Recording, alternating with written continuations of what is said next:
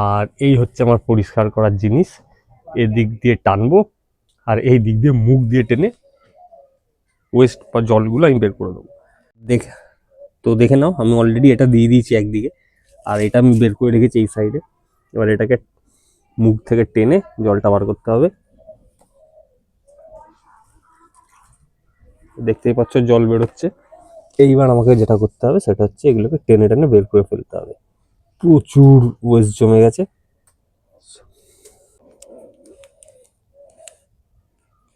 সপ্তাহে মোটামুটি আমি 15 দিন অন্তর অন্তর অল্প অল্প করে ক্লিন করি, যাতে প্রবলেম না হয়। এর ফলে কি হবে, মাছগুলোর সেরকম কোনো প্রবলেম ক্রিয়েট হয় না। এই দেখতেই পাচ্ছ ভেতরে কিছু একটা ঢুকেছে, যার জন্য জলের ফ্লোটা আটকে গেছে। আচ্ছা, পাথর ঢুকে গেছিল, এই সেই পাথরটা ঢুকে গেছিল, ওর জন্য জলের ফ্লোটা আটকে গেছে। এখানে বাচ্চা নেই কিন্তু, তো অত টেনশন নেই। শুরু করা যাক। দেখতেই পাচ্ছ তোমরা, আশা করছি কত ময়লা জমেছে।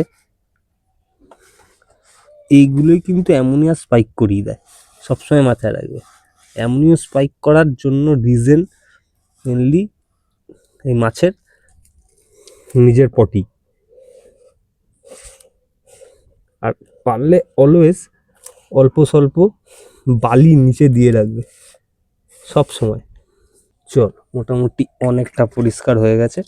জল এতে আজকে আমি আর ভরবো না, যা জল আছে এনাফ। এমনিতেই বৃষ্টি চলছে। তো এইবার তোমরা দেখে নাও কতটা ক্লিন অ্যান্ড পরিষ্কার হয়ে গেল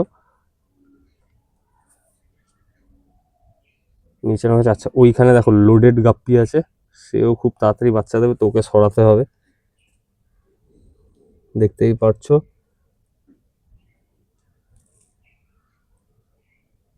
এখানে এইগুলো সব ব্ল্যাক মস্কেও বাচ্চা। এই যে এইগুলো কিন্তু সব ব্ল্যাক মস্ক। এবার আমি চাইছিলাম এদের সাথে এই যে ভ্যারাইটিগুলো আছে, ব্ল্যাক মুন, হাফ মুন, ঠিক আছে, এদের সাথে এর ব্রিড করিয়ে যদি ব্ল্যাকের, ফুল ব্ল্যাকের ওপর কিছু নতুন ব্রিডিং করাতে পারি। আর ওইখানে একটা প্ল্যাটি আছে, একটাই প্ল্যাটি কি করে এখানে ঢুকলো জানি না।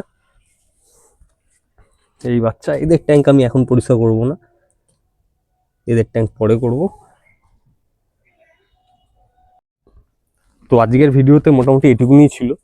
গাপ্পি যদি বাঁচাতে হয় বা গাপ্পি যদি ব্রিডিং করতে হয়, 15 দিন অন্তর একদিন নিচের ওয়েস্টটা কিন্তু তোমাদেরকে চেঞ্জ করতেই হবে, এটা কিন্তু মাথায় রাখবে, ঠিক আছে। আর সেলিং যেটা আমি তোমাদের বলছি, সেলিং মোটামুটি আমার চালু হতে হতে এখনো 15 থেকে 20 দিন, মলির জন্য, বেলুন মলির জন্য। আর দাম খুবই কম থাকবে। অলরেডি আমার একজন ভিডিওতে কমেন্ট করেছিল, দাম তাকে আমি বলেছি, সে আরো কম করতে বলছে, বোধহয় স্টুডেন্ট। তো নিশ্চয়ই চেষ্টা করব ভাই তোমার জন্য। তো যেদিন থেকে আমি সেলিং করা স্টার্ট করব সেদিন থেকে এটুকুনি বলতে পারি, মার্কেটে সবচেয়ে কম দামে তোমরা বেস্ট কোয়ালিটি পাবে। হ্যাঁ, এবার ডেলিভারি পসিবল হবে কিনা চেষ্টা করছি আমি ডেলিভারি করার। তো যারা যারা নিতে চাও তারা নিতে পারো। আর 15 দিন ওয়েট করতে হবে। কোয়ালিটি তোমরা দেখেই নিচ্ছ। আর আমাদের কাছে এখন যেটা আছে, এখানে ভ্যারাইটি গাপ্পি ফ্রাই আছে, ঠিক আছে। এগুলো বড় হলে তোমাদেরকে আমি পেয়ার আপ করে দিতে পারবো। এখানে আমি তোমাদের বলছি গরিলা আছে, রেড মোজাইক আছে, ঠিক আছে। কিছু হয়তো ওই যেটা আছে আমাদের নর্মাল গাপ্পি ব্রিডের যেটা ফ্যান্সি গাপ্পি আছে, ঠিক আছে। এইগুলো তো অ্যাভেলেবেল হয়ে যাবে 20-25 দিনের ভেতর। এইগুলো 10 দিনের ভেতর অ্যাভেলেবেল হয়ে যাবে। আমার বেলুন মলির যেগুলো ফ্রাইগুলো দেখতেই পাচ্ছ সাইজ, এটা কিন্তু বেশি দিন নয়, এরা খুব কম বয়সী, কিন্তু সাইজ দেখে নিতে পারো তোমরা। আর 10-15 দিনের মতন এরা ফুল রেডি হয়ে যাবে। আর এদের সাথে তো যেখানে আমার অন্যরা আছে, গোল্ডেন গাপ্পির বাচ্চা 24 ক্যারেট একদম পেয়ে যাবে। ওই দেখতে পাচ্ছ পেরেন্টস, গোল্ডেন গাপ্পির বাচ্চাও পেয়ে যাবে। প্যারোটের জন্য আমি চেষ্টা করছি, বাট কতদূর সাকসেস আমি তোমাদেরকে তাড়াতাড়ি করাতে পারবো আমি জানি না। এখানে এইচবি ব্লু এর বাচ্চাও পেয়ে যাবে তোমরা খুব শিগগিরই। এখানে একদম tiger spotted, yellow tiger spotted, এখানে 24 ক্যারেট। ওখানে রেড ডাম্বো ইয়ার পেয়ে যাবে প্ল্যাটিনাম। মাঝখানে ওই টাইগার স্পটেড বাচ্চা আছে, ঠিক আছে। আর ওই দুটো জারেও বেবি ভর্তি গোল্ডেনের। আর স্যান্টাক্লজ বাচ্চাও পাবে খুব শিগগিরই, খুবই কম হয়েছে আমার, এখনই দেবো না, ওটা পরে।